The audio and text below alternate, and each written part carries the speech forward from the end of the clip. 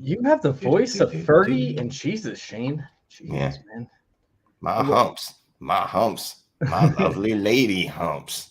Wait, isn't it Lovely Lady Lumps? Or is it Humps after the Humps? Either way, it's fucking terrible. It's just a terrible, terrible fucking song. Fergie is not terrible. Fergie is amazing. No, Fergie is terrible. I'm just kidding. I really wanted to just debate with you over something, but I will not die on the hill of Fergie is great. Yeah.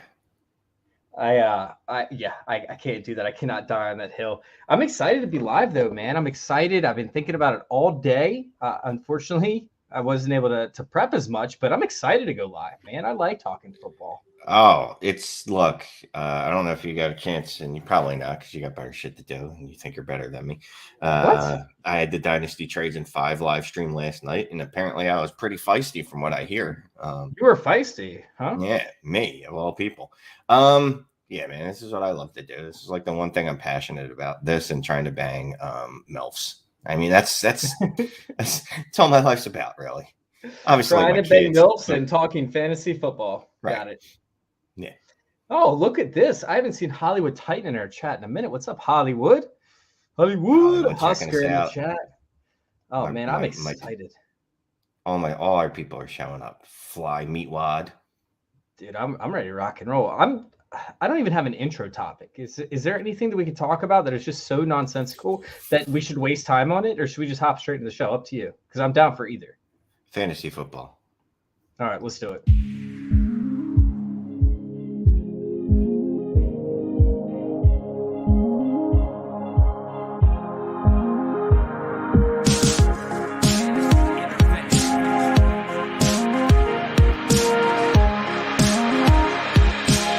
This is Fantasy Intervention.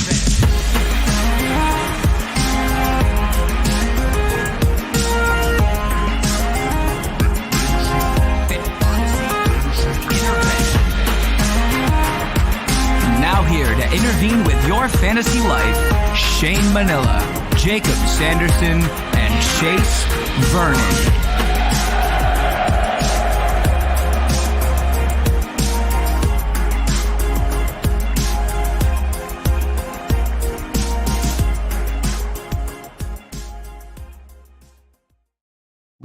Welcome on into Fantasy Intervention. Yes, we are live. I am here. Oh, you guys can find me at FF_intervention over there on Twitter, and I am joined by @ShaneIsTheWorst. Shane, since creating this username, have you gotten any worse than you already are, or were you already at the epitome of worst when you created this username? I think I was less worse, so more better. And I think I'm consistently getting more worse with time. And I'm okay with that. I am okay with what I am and who I am, etc. Okay. Yeah, I mean, I could roll with that. I don't really know how any of that happens, but I'm down for that. I appreciate your dedication to being the worst. Yes. Look, you can't try. That's the thing, right? It has to be organic. You just have to be you. People that aren't the worst can't pretend to be the worst. People that aren't good people shouldn't pretend to be good people, etc. If you aren't no shit, you can't be no shit. Is that the word? No, I think it's those who know how to do, those who can't teach.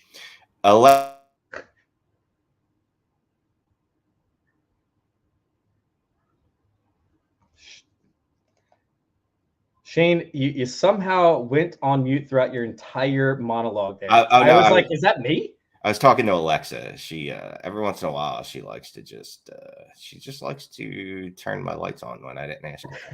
That was Alexa that interfered with the entire thing. Yeah.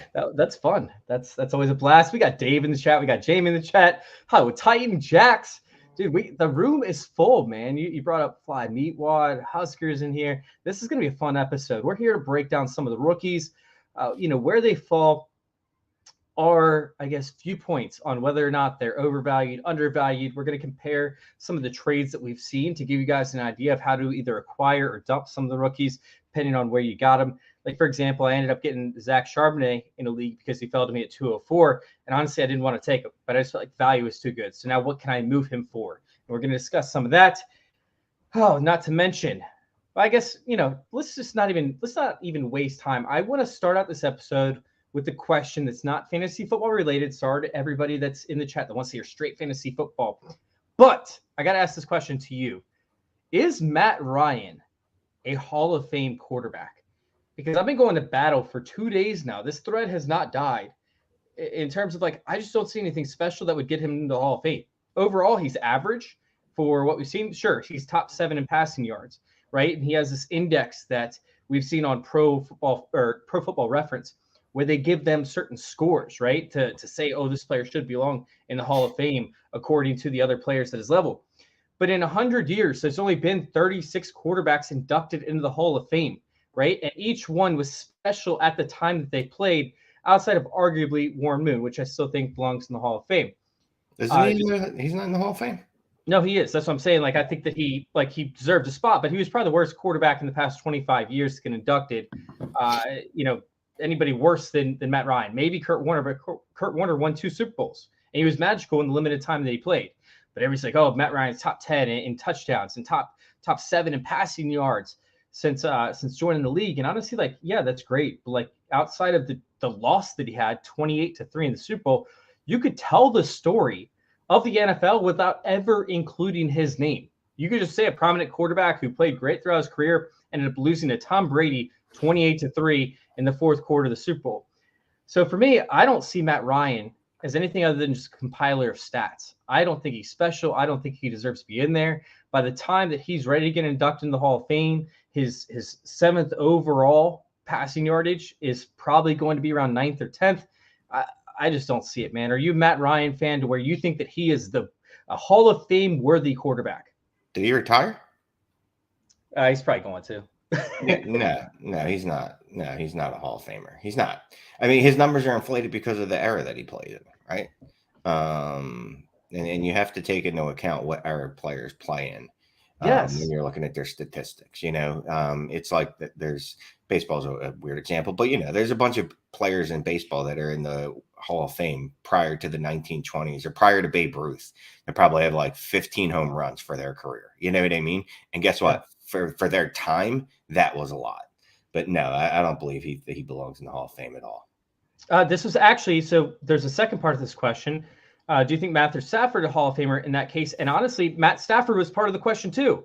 And because I didn't defend Matt Stafford, because Matt Stafford, by the way, has similar stats, not as great as Matt Ryan, by the way, but Matt Stafford's still actively playing. He's still a starting quarterback in the NFL. And if somehow he gets the Super Bowl, even wins another Super Bowl, that's where it's okay, if you win 2 Super Bowls, then you could end up being a Hall of Fame quarterback. So that's the only reason why I had to defend him. But as of right now, Matt Stafford is not a Hall of Famer for me. He's actually lower than Matt Ryan is. Yeah, I mean, he's got a Super Bowl, right? So that helps his case. But to me, he's not a Hall of Famer either. He's a very good quarterback for a number of years. Was there even any time in your life that you remember Matthew Stafford was the best quarterback in the NFL? Not one season. Not one season. And I don't know if that should be the threshold, but it feels like if you're a Hall of Famer, you should have been at least one season. We could have pointed to you and said, yeah, you were the best quarterback in the league. And even Matt Ryan at his best wasn't that. Yeah, I mean, well, there was one season, 2016, where he has the 7th or 10th best season of all time or whatever the case was. But honestly, that's not enough for me, right? I need Super Bowls. I need big time victories. I need non-choke artist type things. I think that it's a good subject to bring up, but I'm taking Eli over both those guys because he has 2 Super Bowl wins. Right. All right. Look, if you were just basing it on Super Bowls, I mean, Eli's going to get in. I don't know that it matters what I think of him, to be quite honest with you. But I'm about 100% sure Eli's getting into the Hall of Fame. I mean, he's got a couple Super Bowls. As he should. You can't. Whatever he did, the rest of his career was good, but he's got the 2 Super Bowl titles. That's going to push you over. And he has one of the best, I think, quarterback ratings in the NFL playoffs in NFL history. It's up there at least. Not to mention the fact that he beat the undefeated Patriots. There's a storyline of that, right? Like I said earlier, if you can tell the story of the NFL without having a player in there, you can explain how everything went. I think that there's a then they can get passed over for the Hall of Fame. If you can't say it without including them in the story or without people asking, right? Boom, I think they have to be included to an extent. We have a question real quick from Jamie. What about Dan Marino without Super Bowls? He's in because look at his statistics were his statistics were nuts compared to the players at that time. Error. Yeah, like if you could adjust for error, he'd probably, if he played in today's game, he'd throw for over 100,000 yards. Like the dude was absolutely ridiculous.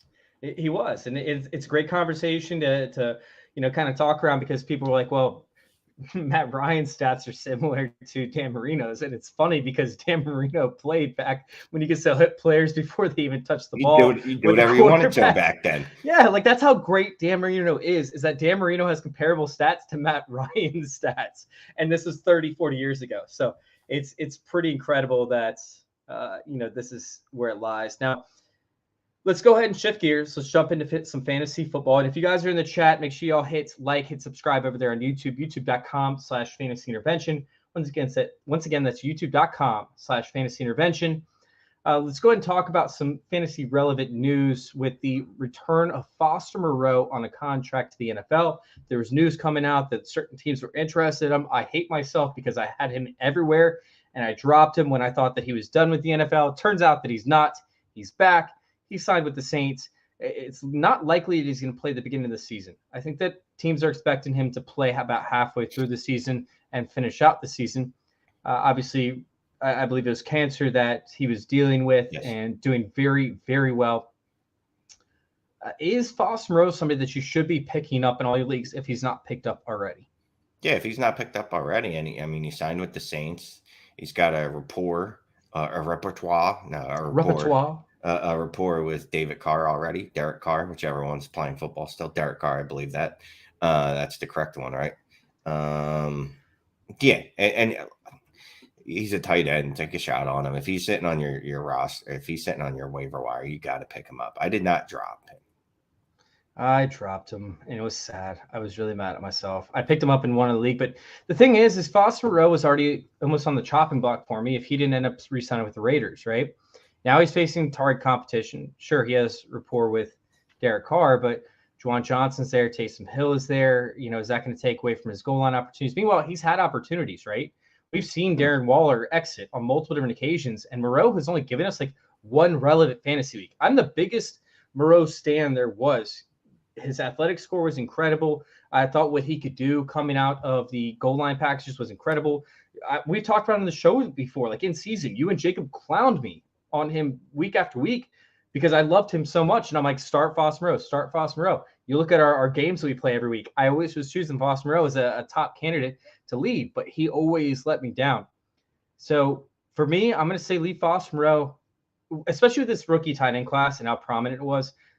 I'm going to say, like, you might as well take a shot with one of these rookies versus going with Foster Moreau, who's going to see most likely sit out the first half of the season and then also see a timeshare at the tight end position.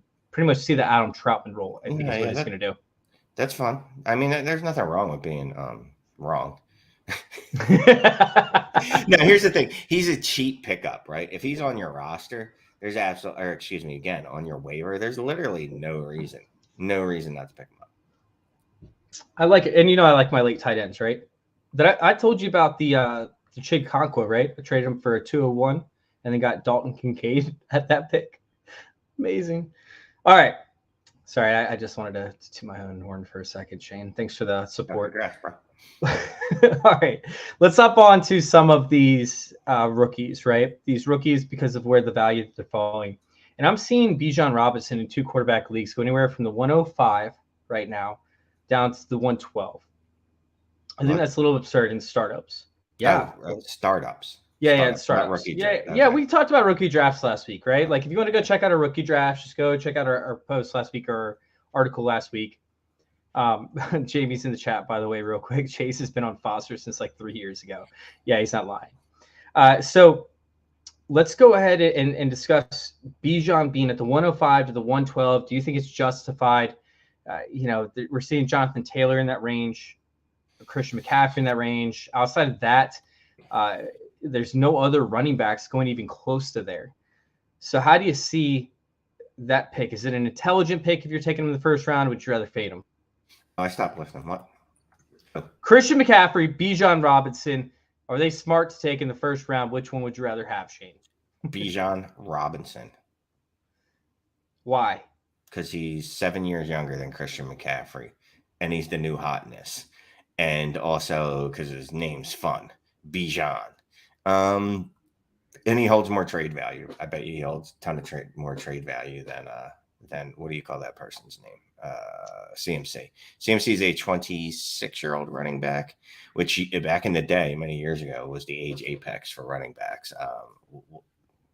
They're starting to get past that, but look, I know he was great last year, but he is just coming off of like multiple years where he had lower leg injuries. So I want Bijan. I'll take the younger guy.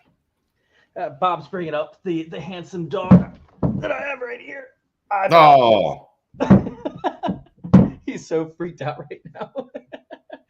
Oh my God. Yes. No. I 100% think that Bijan is worth a pick in the first round. I know it's tough. I know it doesn't really, ignite some fires to an extent in 2 quarterback leagues. I know everybody wants to go wide receiver, but honestly, like when you're making moves and you're trying to get that leverage, Bijan Robinson could be that pick that's the value in your leagues that you can move off of for significant value at a later point.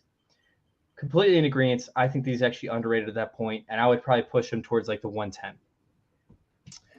All right, let's hop on to Jahmyr Gibbs and the value that we're seeing with Jahmyr Gibbs. Actually, Shane, can you bring up any trades that you've seen with Jahmyr Gibbs? Or I have one right here, actually. Yeah, I haven't actually seen any trades for Jahmyr Gibbs yet. I've got one right here. We have DeAndre Swift, the 112, the 212 for 2024 for Jahmyr Gibbs. Which side? Give me that again. I'm sorry. We have DeAndre Swift, the 112, and the 212 for Jahmyr Gibbs. Fucking God. Yeah, I'll smash Gibbs there. I figured, all right, let's go on to this one. Kenneth Walker in the 108 in 2024 is estimated 108 for Jahmyr Gibbs. Stop listening again. Give me it again. What? God, Shane. What? You're the worst, man. You're the worst. I know. All right. We have Jahmyr Gibbs, a estimated 108 in 2024. What? And Kenneth Walker for Jahmyr Gibbs. I'll take Gibbs. I mean, the smart process play there would really be to take the Ken Walker side, but I'll take Gibbs. All right. Let's talk about his value in redraft and where he's going in redraft. We have, let's see. Austin Eckler, Saquon Barkley, Jahmyr Gibbs, Travis Etienne. Out of those 4, which one are you most likely to select if they're all on the docket? Give me the names again. Jahmyr Gibbs, Travis Etienne. Austin Eckler and Saquon Barkley. Probably, and this will never happen because I can't imagine doing this, but Saquon, Gibbs, Etienne, no. Saquon, Etienne, Gibbs, no. I don't know. Honestly, to me, I guess Saquon's the one I would definitely take, even though he's old. Then it's either Etienne or Gibbs, and I'm not sure which one I prefer, to be quite frank with you. I really don't know. I guess Gibbs because I'm going to try to flip him. Why are you taking Barkley over Gibbs? Because Barkley can carry the ball more than 15 times a game and not die on the field. Are you sure about that? I mean, he hasn't done it very often. Well, he's built like an adult. He did it last year. He didn't do it the year before, year prior, but he's also built like a full-grown ass man. Jahmyr Gibbs. Did he even do it the year before that? Yeah, he did. Several years he was good. But, same thing with CMC. Had a couple of years of injury or whatever. But no, I think I take Saquon there. It's such a weird spot for me because I can't see actually investing the draft capital in any of these players unless they fall to like the 4th round, which I don't know that they would. Yeah, for me, I'm a little torn. Like, I think Gibbs is somebody that can be extremely dynamic in this type of offense. We saw them want to use Swift in these ways, and especially in the fourth quarter when Swift would take over games, but they couldn't use him for the whole game because he couldn't stay together. At least Gibbs doesn't have that type of injury history. So I really would like to opt for Gibbs in this one. Travis Etienne, I mean, all he's got to compete with is Tank Bigsby, right? Like, I don't think Bigsby and Jermichael Hasty are going to be taking away goal line touches as much. We saw it a little bit last year, but I still feel like Travis Etienne, like, this is the year where he bulks up, like he takes on some significant work. Makes it interesting. That's not what I want. I want Travis Etienne getting 70, 80 targets a year, and they decided that they weren't going to use him like that last year, which is so bizarre. Like, they're like, hey, you know what he was decent at in college was, receiving. Like, yeah, he's a running back. He's not a guy that I think primarily needs to be just receptions, but dude, he's got to have some receptions. Like, I don't understand the logic there. Maybe that's what Tank Bigsby is there. Now they have a grinder, and they're gonna let him grind a little bit more and get some more targets to Etienne. That's what I would hope. All right, I'm taking Gibbs over Barkley, I think. But if we're talking about like a straight up trade, like if somebody wants to give me or wants to take Barkley off my hands, give me Gibbs, I'd probably ask for like a mid-second, late second, somewhere around that range to kind of even out the trade. Would you need more to even out the trade, Shane, if that was the case? Oh my God. Shane, I swear to God, if you lose focus one more time in the show, I can't do anything. But let's go ahead and hop on to our next rookie, and that is Jackson Smith-Njigba. And with Jackson Smith-Njigba, it is somewhat interesting because he ended up landing in a spot that has a ton of future value, right? Like the Seahawks, most likely not going to roll with Geno Smith for multiple years, might end up getting an early pick or have a quarterback in the future. Meanwhile, Tyler Lockett is most likely not going to be there for multiple years, can't even stay healthy. So Jackson Smith-Njigba, is he more valuable to you than Chris Olave?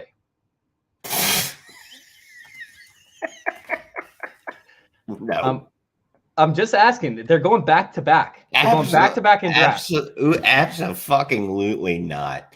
Look, I like JSN. I really do. And he's obviously the wide receiver one of this rookie class. But Olave just put up over 1,000 yards. Olave put up over 13.2 fantasy points a game in his rookie season.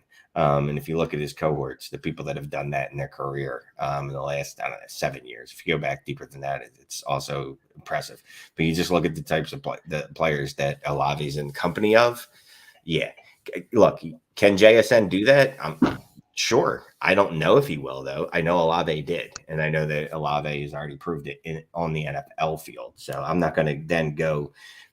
I would not take JSN over Olave, not in 1,000 lifetimes. Not right now. No. But now, JSN was better than Olave, right? Like in college. No, he had one good season, right? But, and it's interesting. We don't know how the fact that there was who was on that roster? Olave, Jackson Smith-Njigba, who was the other? Garrett Wilson. I'm just thinking out of the box here. Having Garrett Wilson and Chris Olave on your team probably helps you a lot as a slot receiver. And I like JSN. And you know what? If someone were to say, all right, I'll give you JSN and what looks to be an early 24 first for Chris Olave. Early. Yeah. So we're looking at ADP right now. And Olave's at 32.5. Jackson Smith-Njigba is at 32.9 in Superflex leagues. So that's pretty intense in terms of how much Jackson Smith-Njigba has gone up in this offense. That's absolutely bonkers, dude. That is bonkers to me. Well, DK Metcalf is right after Jackson Smith-Njigba. He's going at 35.2. Would you rather have Jackson Smith-Njigba or DK Metcalf? I'll take Jackson Smith-Njigba here. Yeah, and I like DK. Oh, wow. And I like DK a lot, but he is what he is at this point, right? He's a wide receiver too. I think we've seen that. Now, that's not bad. Let me say that, right? It's good to have wide receiver 2s, wide receiver 3s on your roster. But I want to re-roll it and see if JSN can give me a little more. And I do see Husker's question in the chat. We're going to get to that in real a second. Quick. Tyler Lockett, who you were calling injury prone, has played at least 16 games every year of his career. No. Whoa. Wait, no, he missed 2 games, like 2 seasons ago with a shin injury that he occurred on like Thursday night or Monday Night Football or something. Tyler Lockett. 2015 games, 16, 2016, 15, 2017, 16, 2018, 16, 2019, 16, 2020, 16, 2021, 16, 2022, 16, according to Pro Football Reference. I would like to know is I could have sworn he missed some time too, though. That doesn't sound right to me. I'm going to go verify that somewhere else. Yeah, I mean, well, he played. Did he break his leg or something? No, it was a shin contusion that happened on a night game, and I'll never forget it. I want to say it was against San Francisco, and he ended up playing through it. Was it 2020? He must have played snaps or something. Because but he was terrible. Like he was not good in the next, like he was dominating fantasy football, right?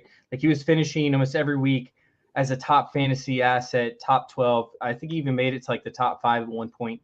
And then after that, he was garbage. Like he was like terrible following that thing. Cause I tried to trade him and then he ended up getting injured and it was absolutely just terrible. And I'm trying to remember what years that was, but yeah, there's no way. Like, and I should say, injury prone's a poor term. He's always hurt, right? He's always dealing with some sort of injury. There's always something that's keeping him from maximizing his potential. And eventually, I'll end up pulling up the injury. What is it? Injury Shark, something like that, so I can look it up. But anyways, let's go to this. Are you concerned about the long-term quarterback situation for Seattle? And personally, I'm not. I think that Seattle is smart enough to acquire a quarterback. They're good enough at understanding, or the quarterback's understanding the system. Yeah. Oh, and Jamie brings up, and I believe I've talked about this on episodes, by the way. So that's likely how Jamie recognized it. I talked about how Lockett just disappears anytime he gets a small injury or gets hurt to an extent. What's up? What? Oh, what was that? What are you talking about? All right. So, yeah. So, are we concerned at all about the quarterback situation for Seattle? Because I'm not. I think that they'll find another guy to fill in. If not, look, Gino was fine last year, right? Like he cooled down obviously towards the second half of the year, came back to earth. But I'm not particularly concerned about it. We've seen you can't.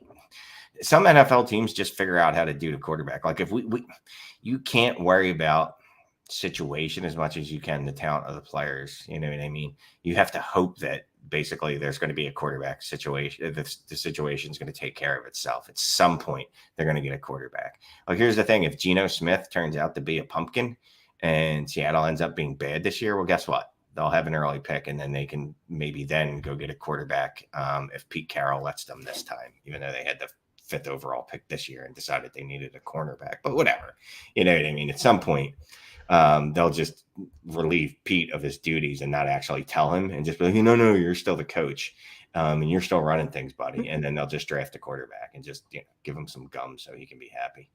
Give him some gum. I can't. Husker, I still see your question. We're going to get to the next, but I just want to keep the conversation going to where we were. Does Hill have a top 5 wide receiver season still left in him for this year? 100%, especially if Tua stays healthy. I guess so. Yeah, hell yeah. Sorry, I misread that question. But yeah, I mean, absolutely. I traded a pick for him. I got a loaded lineup, and I cannot wait for Tyreek Hill to run out for the next 2 years until he retires, quote unquote. Yeah, no, I mean, it's a top 5 quarterback. His retirement, his retirement news makes him such a buy in dynasty that it's not even funny. Yeah, I traded the 108 for him, and I'll do it again every single time. I traded the 105 for him, to be honest. All right, we got Husker in here. 12-team Superflex, start 10. Burrow, 103, 107, 109. Send at the 103, you're likely looking at Bryce Young at this point since Anthony Richardson is going at the 102 in most cases. But regardless of the 2 quarterbacks, I mean, I think Burrow's significantly better. Obviously, you're taking a lottery shot. The 107 and the 109 are not enough to take that lottery shot for me. I love a chain. I think that he would be an option there. I love Zay Flowers. I think he'd be an option there. Neither one are worth trading down from Burrow. Shane? Barrow or 103, 107, 109.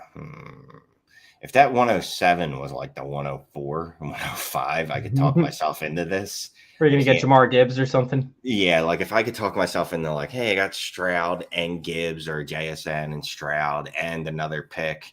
Yeah, but I can't do it with 103 and 107. No, sir. Got to pass. Hard pass. All right. Let's go ahead. Oh, should I give up my 105 for Hill? I think it depends on what you need, but that's what I was just talking about. I think you should, to be honest. Yes. You're looking at Gibbs for Tyreek Hill. If you need a running back, probably not. If you need a wide receiver and you're looking at JSN or Hill, I would take Hill because I don't think that Hill – I don't know if he retires in 2 years. And even if he does, JSN is a long shot to give you a top 5 season in his entire career. Tyreek Hill is likely to give you a top 5 season this year and most likely next year. So I would take Tyreek Hill over the 105 if I needed a wide receiver over running back. All right, let's hop on to our next rookie. Shane, if you have nothing else to add, you've been such a pleasure to have this Yeah. I'm giving up the 105 for Hill. All right, so let's go ahead and hop on to the next rookie is just so far down, man. Like this, there's such a gap between like JSN and Gibbs and the next guy who looks like it's Quentin Johnston at this point. Is Quentin Johnston really your next rookie wide receiver, you think? Because he is next in the ADP. Yeah. Ahead of Addison. No, I'll take Addison over him. So I'll take just the way I have the rookie wide receivers ranked. I have him, and it's not the way the NFL draft capital fell. It's JSN, Jordan Addison, Zay Flowers, and then Quentin Johnston. I think I like Johnston more than I like Addison. I like Zay Flowers more than I like both. But, I mean, Quentin Johnston at least is tied to Justin Herbert for the next 4 years, right? Maybe 5 if they exercise the option. I mean, doesn't account for something when you talk about Minnesota, and I know we have to weigh for situations, but like Minnesota's not going to finish with a top 10 pick anytime soon. They're going to have to trade massive capital to get a quarterback in the future. And even then, you're going to need years to develop. There's a chance that Addison isn't even on the team if he's any good, right? Yes. Does that factor in at all for you, Shane? Does that have anything to do with anything? No. Are you listening to anything that I'm actually asking? Yes. Or are you just saying yes and no? 100%. Just repeat it for the audience in case they didn't hear. Oh, okay. Repeat it for the audience. At least Quentin Johnston is connected to Justin Herbert for 4 to 5 years, right? Yeah.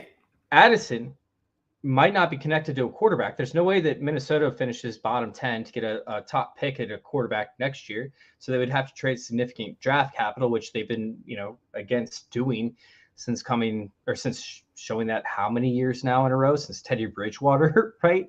I mean, you already know my answer. You've been around me long enough. So, but in case there's anyone that hasn't heard me before, I don't give a fuck about your current situation ever. Unless, of course, you're Zach Charbonnet drafted to a team that has a starting running back that had like 250 touches last year. But as far as wide receiver, I generally don't worry about it. Like the quarterback play has to be absolutely fucking horrendous for a wide receiver not to be able to produce. Like just as an example, look what Garrett Wilson did in his rookie year. And he had Zach Wilson, Mike White, Joe Flacco. There was some other dipshit that played quarterback for them for a game. Generally, if you're good, you're going to overcome that. And hopefully the situation will improve at one point. And then when the situation doesn't improve, then everybody's like, oh, now I want to buy in on this player. Well, no, you're not getting them from me. I went through the hard times. But doesn't it matter that Addison is always going to be the second wide receiver on that team? Yes, it does. That does. But could he be T. Higgins? He could be T. Higgins. Could he, though? Could he? Why couldn't he be? Could he? Why couldn't he be?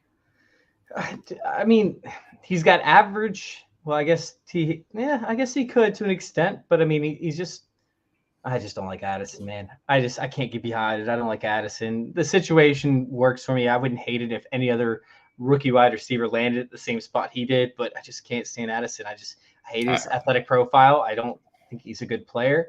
I just can't get behind it. So let's hop on to – let's continue talking about Quentin Johnston, actually. So you said that regardless, like you have Addison over him. Would you rather have Quentin Johnston or Michael Pittman?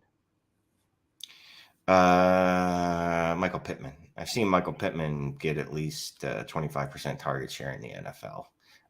Even with horrendous quarterback play, he's been able to put up wide receiver, I think, 2-ish seasons.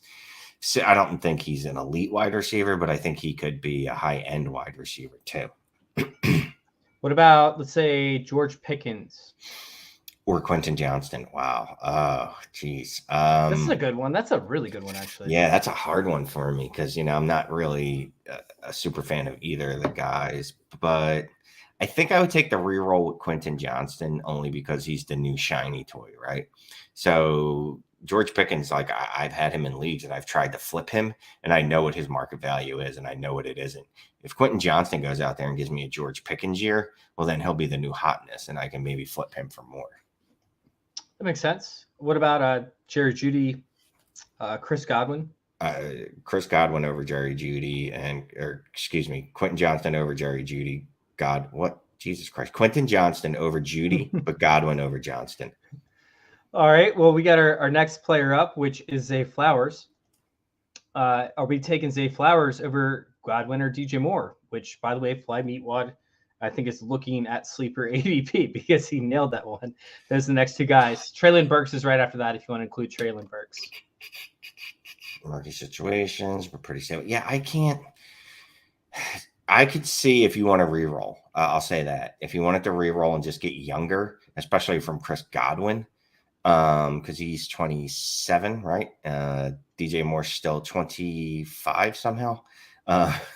If you wanted to reroll just to get an age discount, I could see doing Zay Flowers. If you're looking purely production, I think I got to take DJ Moore and Chris Godwin over over Zay Flowers. But again, if you wanted to reroll just for the age discount, I'm perfectly fine with that.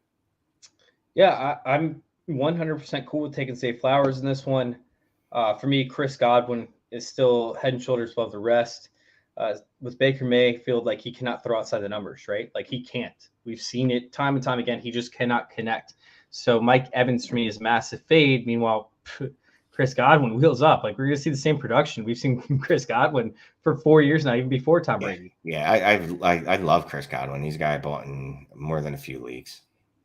Yeah, I love it. And we have Dynasty Jacks in the chat saying Zay Flowers is undervalued. Ravens going to need to pass more. Mm-hmm. Yeah, they will. Zay Flowers is right there with Jordan Addison for my number 2 wide receiver, but it's just Jordan Addison by a smidgen. I definitely think with Todd Monken there that the Ravens are going to throw more. And again, they're showing you that they want to throw more. They signed Odell Beckham Jr. and then just drafted Zay Flowers in the first round. They've wanted to throw in the past. They keep getting wide receivers. You notice this. They keep drafting wide receivers. They're just terrible at it. Except for Marquise Brown, who they decided to move on from. But the rest of the wide receivers they've drafted, they've just been fucking terrible.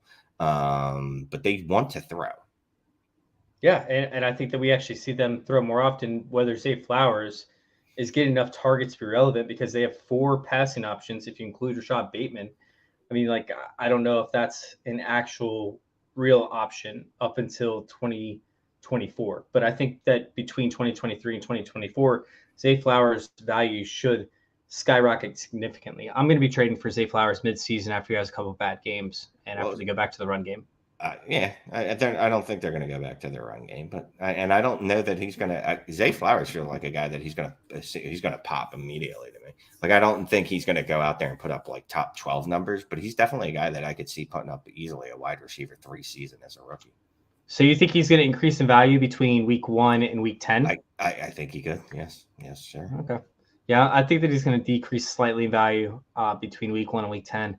I'm just going to take that shot and hope that he does. It's a lottery shot once again versus trying to go out and acquire him now. Unless you draft him. If you draft him, that's a whole different story. But if you're trying to acquire him, I'd much rather wait. All right, let's talk about – we already brought up, Addison, right? Would you take – if you needed immediate production, would you take Chris Godwin or DJ Moore or Addison if you need production 2023? DJ Moore or Addison. Nope. Sorry. DJ Moore or Godwin. Okay. But here's another, again, Addison's a guy that could step right in there because it's not like the Vikings have a ton of receiving options, right? Obviously, they have that one guy. He's really good. Jefferson, that guy. And then they have Hawkinson, who had a very high target share last year. But I think the fact that they've gone out and drafted a wide receiver in the first round tells you, like, that's not going to continue. That was not really the plan. That was more by default than design. So he could definitely, I think he could step in and have a productive season. It's just, I don't think he's going to be more productive than DJ Moore. Well, let's hop on to the quarterback, the last quarterback in the, I guess, that is, I guess, projected to start, right? Will Levis. Will Levis is a guy that's a little bit tricky, right? He's going behind Ryan Tannehill. There's, rumors going out there that if he does well in camp, that Ryan Tannehill could be cut because he could save $18 million. I don't see that happening. I don't think the Titans operate that way. I can't see it happening also because those are rumors that Twitter made up. It's one of those, like, someone sees some weird Roto World blurb that's not really tied to anything, and this isn't the trash Roto World, you know what I mean? Like, you gotta have fucking blurbs, but like it'll be some like random like beat reporter, or not even a fucking beat reporter, just some guy covering it, and he's speculating that they could cut someone. Like, dude, you're not even plugged into the fucking team, and you're just like, yeah, this could happen. You're like, yeah, and unicorns could exist. That doesn't mean it's fucking likely, dipshit. It is. The rumors that are coming out from some of these sites are like bizarre because they're just rumors based off opinion of what could happen. But still, it's at least worth noting that they could move on from Tannehill. We're seeing Okonkwo go up in value significantly. We're seeing some of these other guys increase in value for Will Levis. Will Levis, meanwhile, is going as the 74th player off the board. He's going after Jared Goff. He's going significantly ahead of Derek Carr, Geno Smith. If you're in a startup draft, obviously it has a lot to do with strategy, right? And depending on who you're taking. Would you rather take a shot on Jared Goff round early, or wait a round, take Will Levis, or wait 2 rounds and take Geno Smith or Derek Carr? I just wait around and go take Jared Goff or Geno Smith, which hurts. I mean, I took Will Levis at 110 in a rookie draft, but it's like a 14-team super flex. I don't want to invest any real startup capital in him, though. You know what I mean? Like, I'm fine taking him in a rookie draft because I have to pick someone if I can't trade out. But I don't know if I can invest that startup capital in him. I mean, is there a chance that he ends up turning into Derek Carr? Because we were looking at Derek Carr and him as the same draft spot back, 7-8 years ago, right? Like, is Will Levis potentially a better version of Derek Carr? Could you put us similar numbers? Is there any hope for Levis? Yeah, look, he's got decent-ish draft capital, right? He's top of the second round. Obviously, it's very different than the first. What we're looking for is the first-round draft capital for a quarterback, early first round. But, yeah, give me any 24 first and you can have Levis, exactly. Tank down the 4th round for best ball, right? Yeah, that's fine, Kofsky. But, yeah, obviously there's hope for Will Levis. It's super flex league. So when you get to 108, 109, 110, right, 111, and it's a super flex draft, I have no problem with taking Will Levis there. You're taking a shot on the quarterback because guess what? We all hated Danny Dimes, and I know the draft capital was very different. There's other quarterbacks that fell to that part of the draft. And he's not so talent deficient that he can't be good in the NFL. Like, you know what I mean? The dude's got arm strength and he's mobility. Mobility. He's athletic is the word I was looking for. He's he does dumb shit like puts mayonnaise in his fucking coffee and eats bananas with the peels on them and then makes really bad mistakes on the football field. But that's stuff you think you could teach. Is it a mistake, not just on the football field, but eating a banana on TikTok with the peel on it? Because that seems like a really dumb decision. It just puts more, lack of credibility, right, on your resume that you're eating a peel or a banana with a peel on it. It doesn't make much sense. Shane's tagged out at this point. All right, let's hop on to our next rookie, Dalton Kincaid. All right, Dalton Kincaid is going at 75.9 overall in ADP. He's going after Pat Freiermuth. He's going, significantly before Michael Mayer. His next. Sorry. No, you're good. I was dancing to it. Dalton Schultz is the next tight end off the board. Is there a significant tier break for you right here with Dalton Kincaid? See somebody for startup drafts, so you need to invest in and get your hands on him as soon as possible because of his outcome? Or are you more afraid of him like I am to an extent because he ends up filling just a Dawson Knox He's not Dawson Knox role, man. He's not Dawson Knox. He's not a blocker. He's a fucking wide receiver. He's the big slot. That's what they need, a second wide receiver option on that team. And they said, you know what? Fuck it. This is how we're getting it. We can't get one of those wide receivers. We can get this guy, though, who's basically going to be a jumbo wide receiver for us. At least that's what I keep telling myself when I keep drafting him in the first round of rookie drafts. That's the story I'm telling myself, and I'm going to fucking just keep plowing at it until it either happens or, this time next year, I'm like, I can't believe he had 45 targets. I can't believe that he blocked on 70% of his snaps.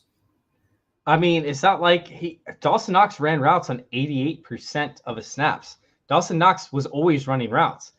They just never passed to him. Like 10% block rate for a tight end is very low. 12% technically. Look, you can't really compare the two, though, is the thing. Dalton Kincaid is a receiver first. Like, that's what he is. He's a receiver first. What was Dawson Knox running 88% of his routes?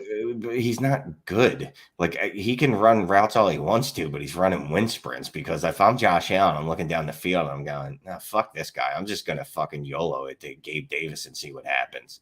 Whereas Dalton Kincaid is actually good and can make things happen. I mean, wait, you don't think that Dawson Knox is athletic? You don't think that he's I don't think Dawson Knox is good. I think Dawson Knox is I don't want to say figment of my imagination because that's not the word I'm actually looking for. What I was going to say, Dawson Knox, again, was a product of having a great quarterback. But he's never had a particularly giant target share. He has a great athletic score. He does. He does have a great RAS score. And I know we all love RAS scores. We all masturbate to them. We look at them and go, "Oh my God, look at his RAS, 9.88. I gotta go to the bathroom for a minute, guys." And you're like, "Can you at least give me my phone back and use yours?" And you're like, "No." And you're like, "Oh, this is gross." Anyway, Knox is going to be a blocker. They'll probably run more 12. Knox was not a blocker though. Why is he going to go from? They will because Kincaid's a superior pass catcher, far superior. So the thing with the Bills, right, is they've been trying to draft this possession wide receiver for 3 or 4 seasons now, right? They took Isaiah Hodgins, they took Gabriel Davis, they took Dawson Knox, right? They're trying to find this big bodied receiver, but they just don't care enough to invest in that position early on. And this year they finally did. They're finally dude, we do not have a red zone target. We need a red zone target. Josh Allen is going to get killed trying to sprint for the corner and get hit with the helicopter, type aerial maneuvers that John Elway used to put on, because that's literally what's going to start happening over here with Josh Allen. So I think they finally found their guy. Hopefully, I think that he's still going to get those red zone targets, but I'm worried that he's limited to just those and he won't get the downfield receptions of the seam passes as much as we're hoping that he's going to get. That's just my opinion. I still think you should draft him. I still think he's a tier break. I think he's significantly better than Mayer. I think that he's significantly better than Dalton Schultz. I think that he's that dude that you guys should take the dice and roll on. I am a little bit worried about his injury history, but that's about it. Yeah, look, and that's something you can't overlook, but you kind of got to hope, all right, maybe that was a college thing. That's what you really got to hope. All right, we got Zach Charbonnet up next, which is somebody that we have to talk about, right? We got about 12 minutes left. We got a few players we need to talk about. Charbonnet, we need to discuss because he's still, in ADP-wise, he's still going in drafts, and I'm watching him go in the first round in most rookie drafts.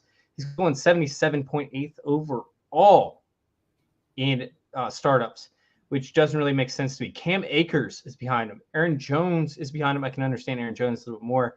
Isaiah Pacheco. Let me just ask you this. Why can't you understand Cam Akers? Yeah. Cam Akers stepped it up in a massive way towards the end of last season. But we're also not even a half year removed from Cam Akers being benched just so that they could try to trade him and nobody wanting him. Just saying. I don't know if that was the case. I think it was an internal struggle because he came back and he played right after. I don't think he did because he had no choice. well, they ended up cutting the guy that was supposed to be taking his job in terms of Darrell Henderson. So like, Yeah. I think they were just trying to unload the position to acquire a draft pick because they knew they needed draft picks. Whatever the case is, like, I just don't see, personally, I see Cam Akers as a massive buy at this point in time. I know that he's a year and a half removed from, an Achilles tear, but there's nobody else there to compete for touches. Cam Akers could have 4 or 5 good games to start the season, and all of a sudden we're talking about like potentially a first-round draft pick trade 4 games of the season, most likely an early second. If you can get it from a losing team that needs running back. But I just see more value there. I don't see a way that Zach Charbonnet increases in value from this point this year into next year, right? Like he's just going to lose value, right? Is there any way that he increases value outside of an injury to Kenneth Walker? No, I mean that or they give 40 to 45 opportunities to their running backs every game, which would be a lot.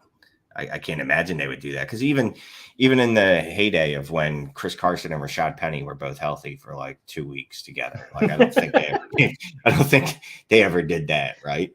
So I don't see where the work comes from. And look, I love Charbonnet. Honestly, he was going to be my running back 2 of this class. I was just looking for an excuse to make him my running back 2. Every week we talked about it. Every week you hyped him up. And now I don't even know where I'm comfortable drafting him. Is he the best handcuff in the league? Yeah. Is he, if anything happens to the other back in that backfield, would he be an absolute smash? Yes. Yes, he would. I don't like to count on or drafting someone and then going, oh, I need an injury to happen to the other guy. You know what I mean? Like, and that's the only way I see him just completely taking over that backfield. Yeah, so I feel like Cam Akers has a significant chance to outproduce what is projected. Meanwhile, Charbonnet really has no chance to do it. But you know what's funny, Shane? And I got to bring this up, right? Is for the entirety of the past month or two, I was scared shitless as to where Devin Chain would end up, right? Because I was like, he needs to end up in Miami. He needs to end up in Miami. Meanwhile, you're sitting there talking about Charbonnet, and you're like, Charbonnet could go anywhere, and he's going to be the RB2 almost. Like you were borderline like, yeah, he's going to be the RB2 no matter where he goes. Meanwhile, Devin Chain lands in Miami, and I'm fucking stoked, right? And then Charbonnet lands in the one spot outside of maybe Pittsburgh, which I still think I'd like him more if he landed in Pittsburgh, where he actually lost value after the draft. But essentially, I don't trust Charbonnet over a lot of these other guys.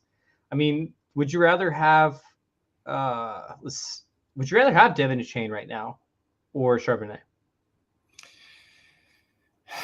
Because he's right there, actually. They're almost back to back. They're only a few picks apart. I don't want to talk about it. What about James Cook or Charbonnet?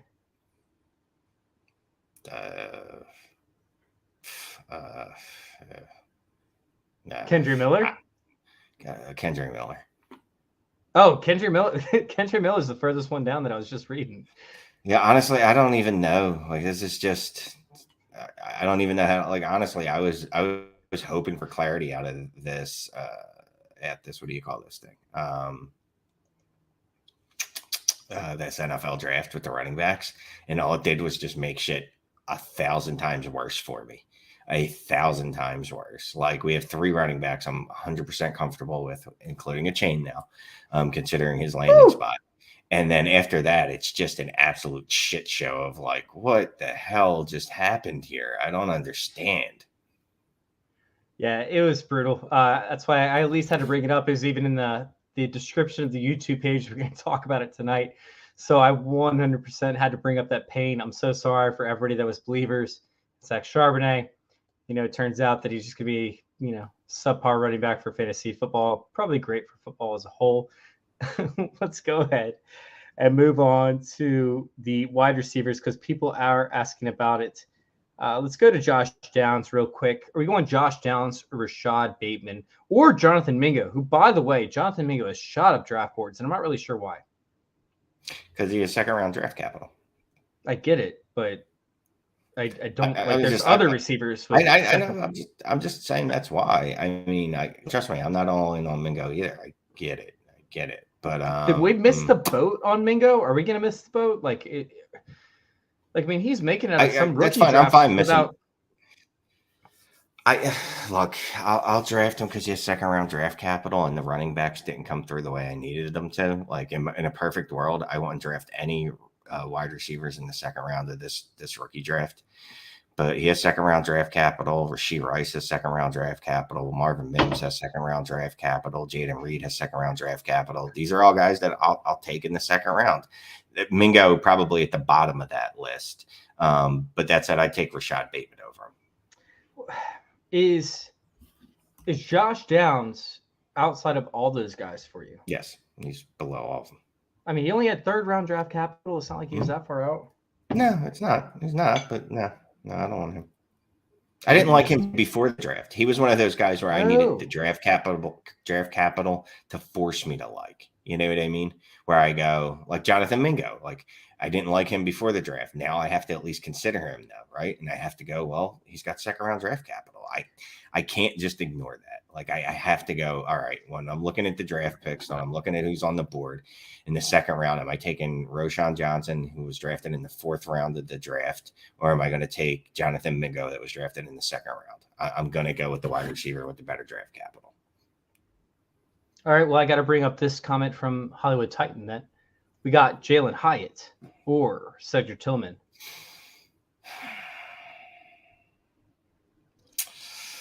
I think I would go Tillman. Tillman's got day two. He was second round too, right? I believe so. Yeah, I'll go Tillman. He's apparently getting rid of DPJ, which is sad for you. I know, Chase. But, no, he's not. He's taking over from Amari Cooper, bro. Okay. But yeah, I think I'll go Tillman. I'll go Tillman there. Tillman was the third round pick, 74th overall. And Hyatt was. Give me 1 second. Would it matter? All right. Just curious. He was did some drills at spring minicamp. Give me a second. I gotta look up his draft capital. I was using notes. I mean, like, how much does it matter? Like, if he's a late second round, third round pick. By the way, help us out in the chat if you guys are. Yeah, look, I'll take Tillman. I already went with my answer. I'm going Tillman. They went back to back. Okay, there you go. Yeah, that's what it was. Yeah, third round, 73rd pick. Sorry, I completely forgot because Hyatt means literally nothing to me. I think he's going to fail the league very quickly. I'm going Tillman just because I think he takes her from Amari Cooper while they re-sign DPJ to a massive deal after he puts up 1,500 yards and 10 touchdowns this season. Shane didn't even react to that. He's just so used to the DPJ talk. He's ready. Yes. All right. Let's do one more, and that's Tyjae Spears. Tyjae Spears is a guy that got drafted to, I guess, take over third down role for Derrick Henry. They don't want Derrick Henry out there on 3 downs, right? If they do, he's going to end up getting crushed, and they're not going to have him season long, especially come the playoffs if they decide to make it that far. Plus, they need to protect their rookie investment in terms of Will Levis. Meanwhile, Tyjae Spears offers slot-like abilities out of the receiving out of the backfield for the receiving efforts. I personally love Tyjae Spears, or I did up until the knee arthritis, until that started popping up, and then he fell in drafts. Is Tyjae Spears a guy that you're targeting rookie drafts? He fell to me at 204. Well, went to me at 204. I saw him in another draft go at 209. When I was sitting at 210, I was excited to take him at 210. Where does he fall in the range for you in rookie drafts? And in terms of redraft leagues, I'll get that number for you in a second. I mean, I wouldn't touch him in redraft. I don't expect him to get much work unless Henry, again, blows a tire. Like, I see no reason for them not to just continue to do what they've done the last 7 years, 6 years, 4 years, 4 years, 3 years, really, and give Henry the rock as much as possible.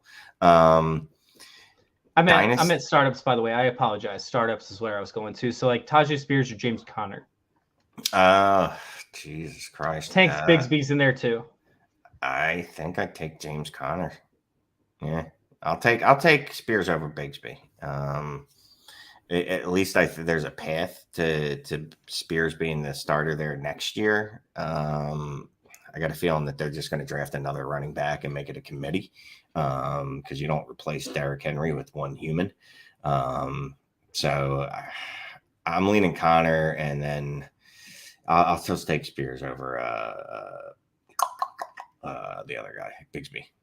And I like Tank. Tank hurt me a little bit. Tank's a guy I like. They just, again, the landing spot with ETN already there, but maybe he could be the 2-down grinder there. Maybe I'm lower on Tank than I should be.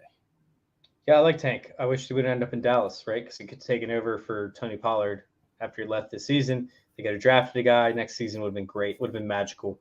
With that being said, that's going to close out the majority of our picks, because if I start bringing up guys like Jamie brought up with Evan Hull, I think he's going to end up losing his mind. But we'll go ahead and ask that real quick. Would you rather have Evan Hull over Tajay Spears? No. Yeah, I don't think there's a world where that actually happens. He's going to be Naeem Hines at like the best, and that's like if a miracle happens. I don't see it happening personally. I do think he's going to be good. I don't think he's going to be fantasy relevant. I think he's going to be fantasy football good. All right. Any other things you want to bring up, Shane? Do you want to talk about any other players that might be falling in your ranks? That's it. I'm good. I'm going to get a nap now. Shane, do you want to discuss some of these like 6th, 7th round picks? Not even a little bit. No. Do you want to discuss Tank Dell? Shane, No. Tank Dell needs to be talked about. No. Shane, Tank Dell. He's a fun nickname. He's Tank because he's 4'2". Okay, Nathaniel Dell. No. Come on, dude. We got stuff to talk about. Let's go about. 2 hours. Let's go 2 hours. All right, I'm going to bed. Shane, let everyone know where to find you, man. Hey, at Shane is the Worst. Find me here, obviously, on Wednesdays for now. Find me at Dynasty Trades on 5 on YouTube. Find me on Dynasty Trades HQ on whatever podcast catcher you have. And weekly writing the mailbag for DLF. Love, man. You guys can go check out all of our information up there at fantasyintervention.com. We just released a brand new article, Shane, which you have to read, by the way, if you haven't read it yet. It's the one that talks about how you should draft tight ends in the 3rd round of your rookie drafts, 4th round of your rookie drafts, because they always increase in value. There's only been one that hasn't, and that's Asiasi. So go check that out over there at fantasyintervention.com. Go read that article. Go check us out over there at YouTube, youtube.com/fantasyintervention. And if you guys are getting a trophy, right, or a championship belt for your league, make sure you use promo code CIRCLE. You'll actually get a free championship ring, customized or not, along with the purchase of a trophy or a belt. Go check it out over there at fantasyintervention.com, or I'm sorry, trophysmack.com/fantasyintervention/circle. Whoa, butchered that one. trophysmack.com/circle. Excuse me. Thank you guys for tuning in. Thank you all for letting us intervene with your fantasy football life. We're out.